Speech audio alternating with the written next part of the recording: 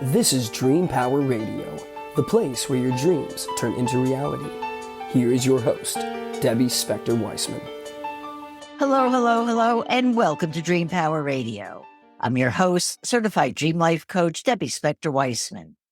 This is the place where we talk about dreams, both daytime and nighttime dreams, and how you can use them to make the internal shift to a life you love and rediscover the truth of who you really are. For a while now, I've created a morning routine for myself. Some people might call it a ritual, but for reasons even I'm not sure about, I wouldn't go as far as to say that. But every morning, right after I wake up and make notes in my dream journal, I lie back in bed and meditate. And for 30 minutes or so, I allow myself to listen to a recorded voice and just be. I then get up feeling refreshed, reinvigorated, and ready to start my day. Meditation is such a powerful way to relieve stress and get deeper self-awareness. And yet, I can't tell you how many people I speak to who tell me they just can't meditate. Mostly, they say they can't sit still that long, or get into a place where they can quiet their mind, or simply don't believe it provides any benefits to them. But my guest today, best-selling author and yoga expert Ann Swanson, urges skeptics like these to take another look at meditation as part of their healing journey. In her book, Meditation for the Real World, Ann explains that meditation can take place in many forms and doesn't have to be complicated or done in just one particular place. Ann also offers specific techniques to use when dealing with many different kinds of stressful situations, some of which could be quite surprising. And with that, welcome to Dream Power Radio, Ann. I'm so glad to be here, Debbie. Oh, it's my pleasure. So, Ann, let's get started with this. When most people think of meditation, they think about lying or sitting in place for a while with their eyes closed, letting their thoughts wander. But you maintain that that's just one of the many different ways to meditate. So for those who say, I hate to meditate, let's talk about some of those other ways. Yeah, well, of course, you can even do meditation while moving. A walking meditation is a great alternative if you feel like sitting still or even lying still. I love the example you gave of lying down because some people think you can only sit. So you can lie down, you can sit down in a chair, it doesn't have to be on the floor. But if you need to move, you can get outside and walk or walk down the halls back and forth. I like to go in my backyard and do it barefoot because then you're getting the extra benefits that I talk about in Meditation for the Real World of what scientists call earthing. And that's when you're in physical contact with the ground. It sounds so simple, but it has been shown in research and really prestigious journals that it lowers inflammation, anxiety, depression to be in contact with the electrons of the earth, the negative charge. And it's just so simple. So, you can walk and do your meditation while walking. Also, on the cover of the book, Meditation for the Real World, we have somebody sitting on a subway or bus. She looks like the only one that's relaxed amongst all the other people, hunched over their phone or computer, scrolling, I presume. And she has headphones on, so maybe she's listening to a guided meditation like you listen to, or maybe she's listening to a song that relaxes her. You can have your eyes open and be in a public space. We all have that minute of waiting, maybe at the doctor's office where you're just sitting there waiting. Rather than scrolling while you wait, meditate while you wait. It only takes 1 minute. Yeah, and that's something that is surprising too, because people think, oh, you've got to sit there for a long time, 30 minutes, an hour, even longer than that. But what benefits do you get from 1 minute? Well, we can practice 1 minute meditation in a moment if you'd like, so that your listeners can get the benefit, but you'll feel immediate effects. So immediately your blood pressure goes down. Your heart rate slows. Your brain wave and network activity changes to be from this place of, listening right now and conversing like we are, that focused sort of beta waves, we say, to alpha brain waves, which are that relaxed state. We can even go into deeper states of brainwaves that are typically only seen in sleep, like delta brainwaves when we meditate, or theta brainwaves, typically seen in like creative activities and in children. So your brainwaves change also in the brain activity, and you'll feel this sense of calm and clarity just from taking a few slow, deep breaths. It's a physiological effect that can happen immediately. Would you like to try? Let's try it. Absolutely. Yeah. Let's do a 1-minute meditation. This is one of the simplest practices that you can memorize. A lot of the 1-minute meditations in the book, you read it and then you can memorize it and do it in these moments in your life. So this is the 5 senses meditation. If you are at a screen or looking, in your inside and in a small space, I want you to try to look outside if you can, maybe out a window, maybe just like down a hall, or expand your vision so you're not looking up close. Now, if you're driving, you're already doing that. So no worries. You don't have to close your eyes, adapt this to fit your circumstances. A little hard to close your eyes while you're driving. No, don't. Be safe. You can totally do what we're going to do while doing whatever you're doing right now. If you're on a walk, you can still do this too and infuse mindfulness into that activity. So we'll start by noticing what you see. And if you can look and allow your vision to expand, looking further out, our eyes and our brain like to have this expansive, relaxed vision rather than the narrow vision of a screen. So just pause and look, notice colors, lights. And if it is safe to do so and you'd like to, it's just an option, you can close your eyes. You'll still notice colors, lights, shapes, even with the eyes closed. Notice what you see. And then shift your attention to notice what you hear. Perhaps far away in the distance, to up close, my voice, and perhaps even hearing your own breath if you listen closely. Listen. And take a deeper breath in through the nose. Notice what you smell. Slowly exhale. Notice any tastes that are present. And then bring your awareness to your physical body. What do you feel? What do you feel under your skin? Perhaps you feel compelled to change your posture or move a little bit as you listen to your physical body. Observe. What do you feel? Maybe the pulsation of blood, energy vibrating. If we listen and pay attention, there's wisdom there. Our body's constantly speaking to us. And then notice all your senses at once. What do you feel? Smell, taste, hear. If your eyes are closed, gently flutter your eyelashes. Notice what you see.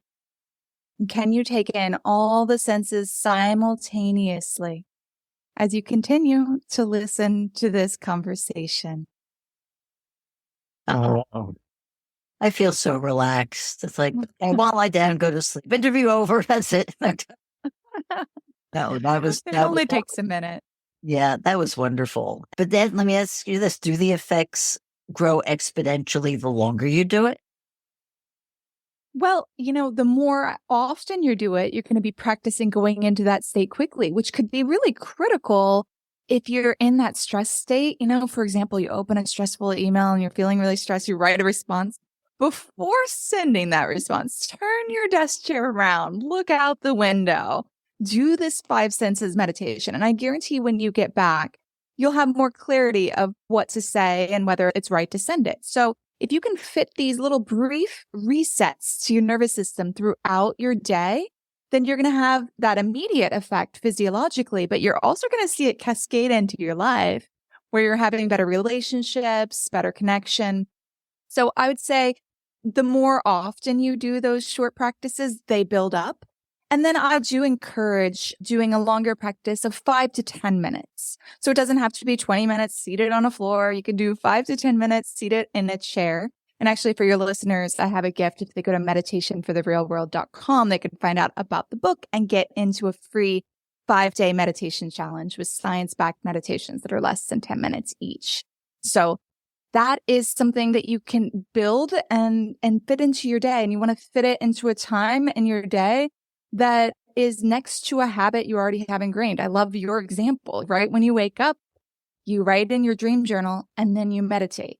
So if you have something like that, you journal, maybe you have your first cup of coffee or tea, you can brew it and do your meditation practice right before taking your first sip. So fit it with something you already have a habit of, and you're going to be more likely to stick with it.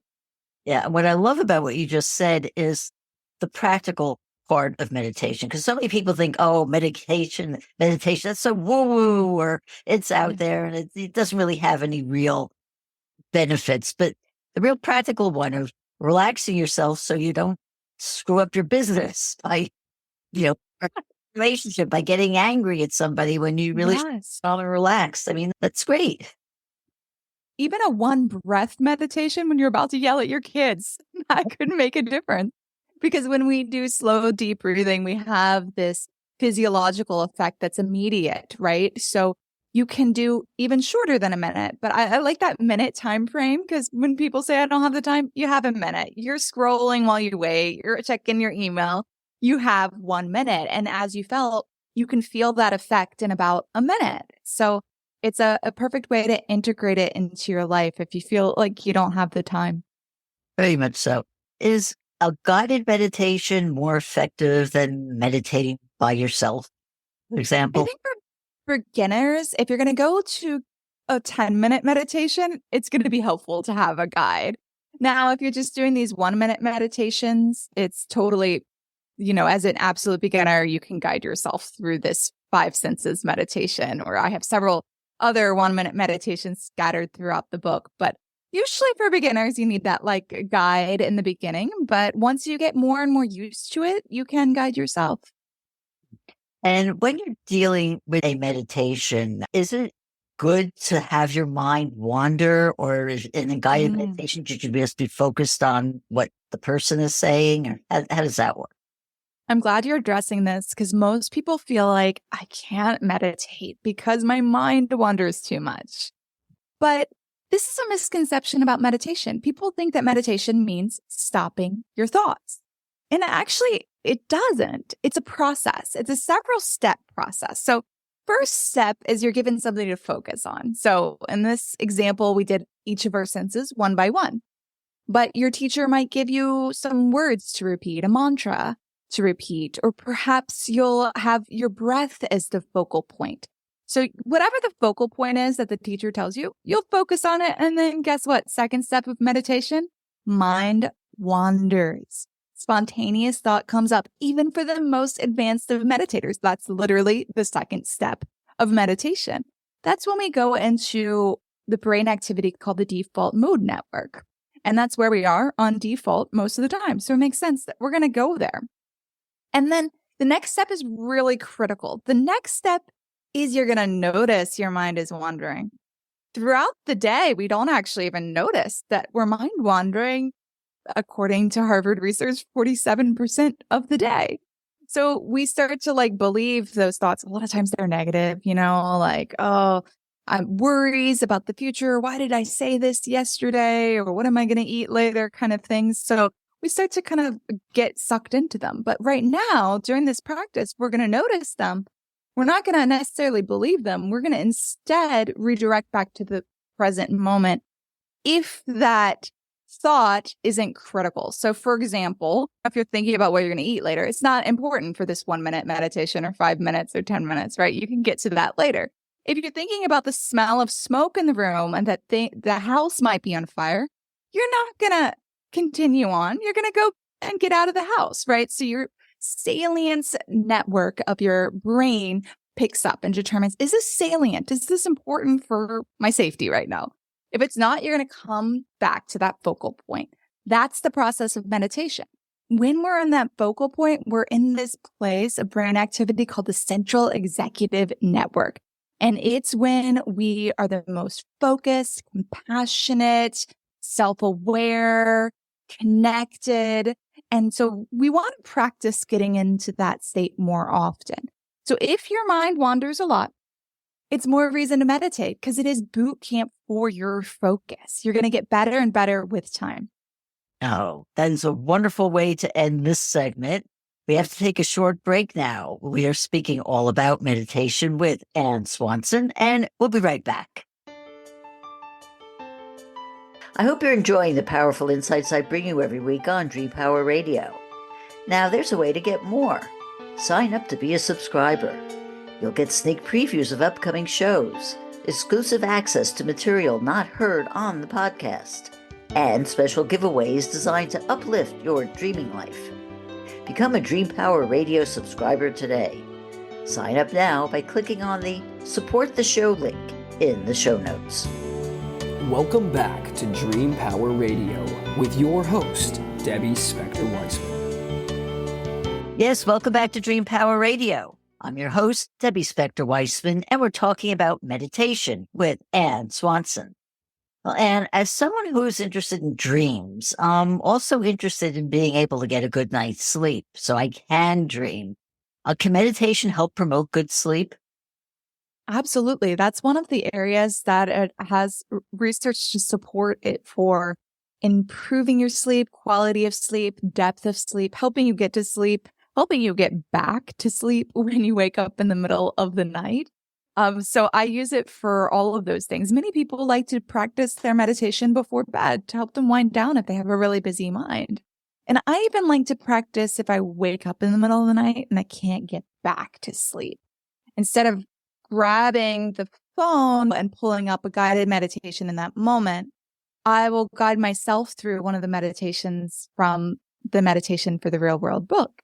So I can share that if you'd like that meditation of what to do when you wake up in the middle of the night and can't get back to sleep. Oh, that is great because so many people have sleep issues. And it'd be wonderful to have that piece of advice to offer. Sure. Yeah. So all you have to remember is down, and you don't have to remember all these cues. This is just the down meditation. Whichever of these work for you right now, we're going to do it just to relax right now, obviously not fall asleep as we're listening, but we're going to do it to relax. Whichever one connected to you, try to remember that in the middle of the night. So this is when we're going to settle down. Right now, we'll, sit down, get comfortable, feel the energy settling down. At night, we'll get our position lying down. And then begin to bring your breath down. Allow your abdomen to move with your breath rather than your chest.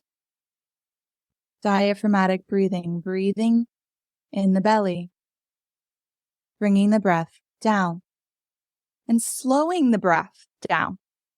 Try to slow your breath down a few moments. And then we'll just simply scan down, scanning down through the head, shoulders, torso. Notice your pelvis, thighs, lower legs, and feet. Scanning down through your body. And we'll count down from 5 to 1. At night, I actually want you to count down from 100 to 1. So all you're going to do is you'll inhale and exhale 5. And then in your head, the next breath is 4. And you'll count down to 1 in this circumstance. And notice if you feel more relaxed from settling down.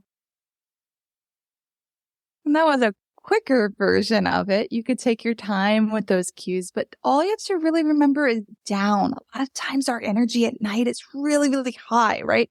We're like all in our heads. So bring it down. Feel your body release down with each and every exhale. Oh, that is great. And I'm going to remember that the next time I wake up in the middle of the night and can't fall back asleep. Yes. Because that does happen. We're all human. There's also a special kind of meditation called yoga nidra that sort of combines meditation with dreaming. So you talk a little bit about that? Absolutely. So yoga nidra is my favorite type of meditation. And you are lying down and you're basically tricking your body into thinking you're sleeping. They usually last 20 to 30 minutes, which sounds like a really long time, but it goes by like that, right?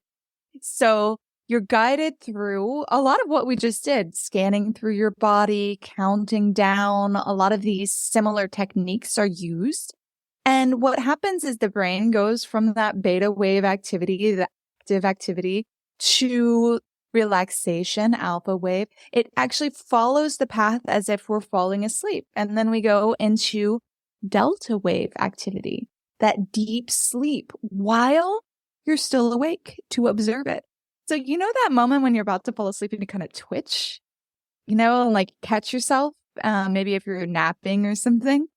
So you might even feel that happening because your body and even brain fall asleep, but you are awake to observe it. It's a very interesting phenomenon.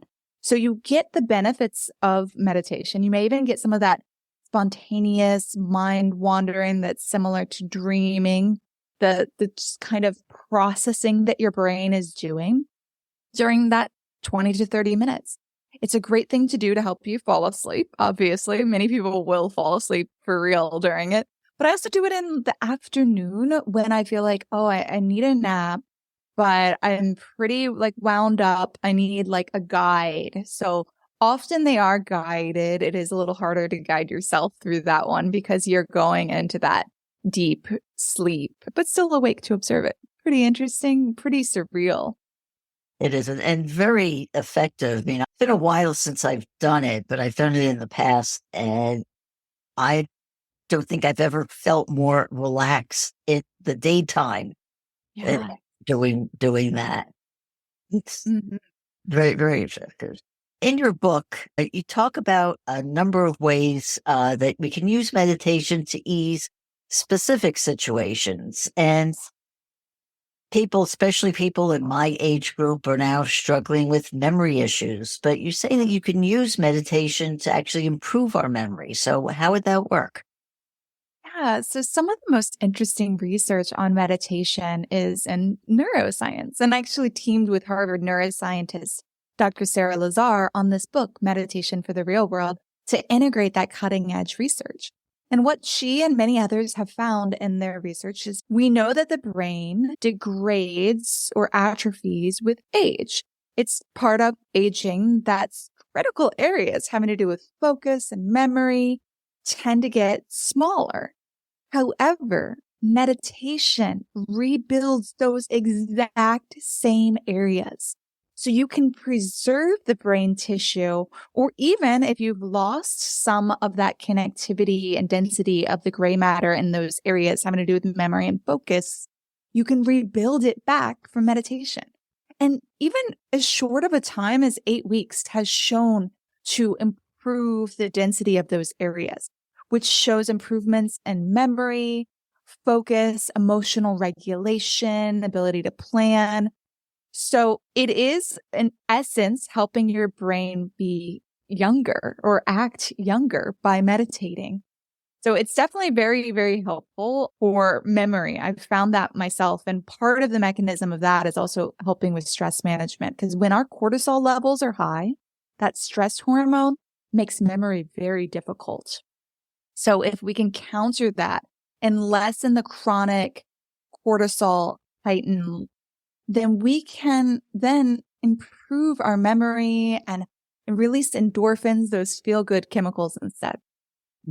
Has there been any research tying this type of meditation to actually improving diseases of memory like dementia or Alzheimer's?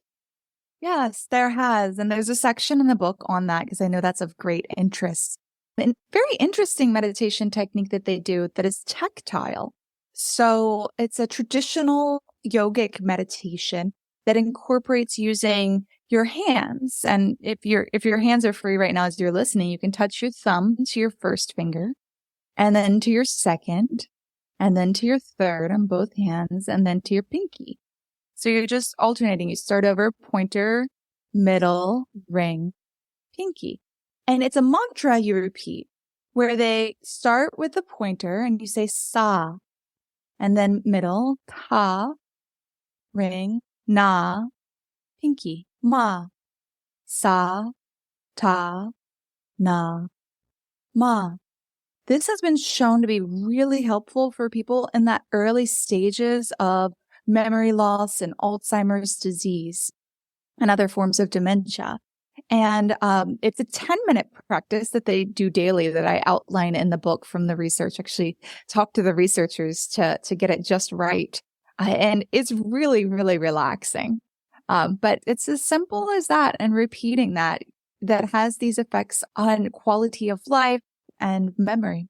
Yeah, it's amazing as something that actually is that simple can have that powerful an effect.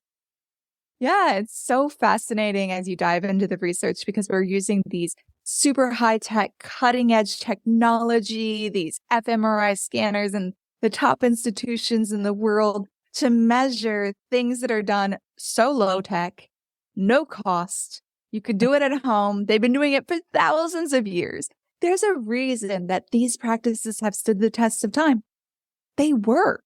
And now we're uncovering that with science. And that's what I really wanted to illuminate in Meditation for the Real World, is the science behind it to motivate us, but also practical, step by step. Here's how you can improve these specific, challenges we have in life. And very often, so many people, if science doesn't prove it, it's not real. It motivates us. Going on for thousands and thousands of years. But yeah. It's definitely motivating. Yes. It also changes policy. So we're more likely to be able to bring it into schools, hospitals. The doctor's going to recommend it. So it helps it be more accessible and mainstream. So that's the benefit of the science in the West. But yes, it's uncovering what the ancient yogis and masters have known for ages. Exactly. We're getting close to the end, but I did want to touch on this before we end it, because one of the other areas that a lot of people have issues with is chronic pain. So how can meditation help that? Yeah, so I actually have had chronic pain since I was a teenager, and meditation has been the biggest thing to improve my chronic pain. It has shown to be particularly helpful because when pain becomes chronic, it is a central nervous system dysregulation or even misinterpretation of the signals. So if it's central nervous system, your brain, then meditation obviously is going to be a great antidote. Those same critical areas of the brain that tend to degrade with age actually tend to degrade even faster with chronic pain. So that's why we have that brain fog and difficulty focusing when we have pain so meditation physically is rebuilding those areas.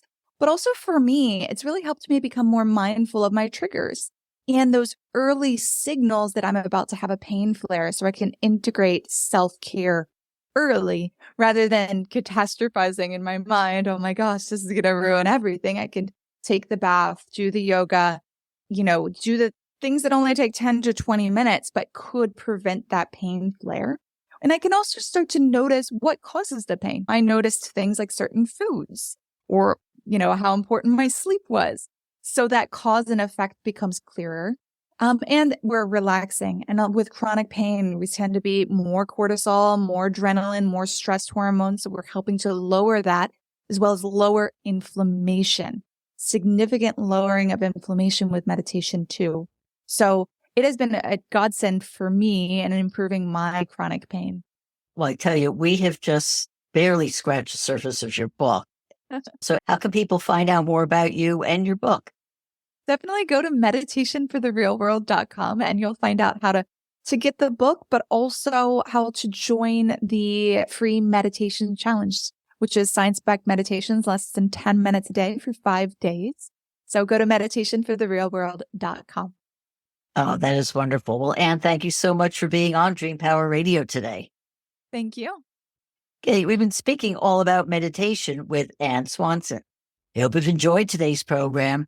If so, please hit that subscribe button so you don't miss out on any future episodes. Until next time, this is Debbie Spector-Weissman saying, sweet dreams, everybody. You've been listening to Dream Power Radio with your host, Debbie Spector-Weissman. For For more information on Debbie or to sign up for her newsletter, go to dreampowerradio.com. This has been Dream Power Radio.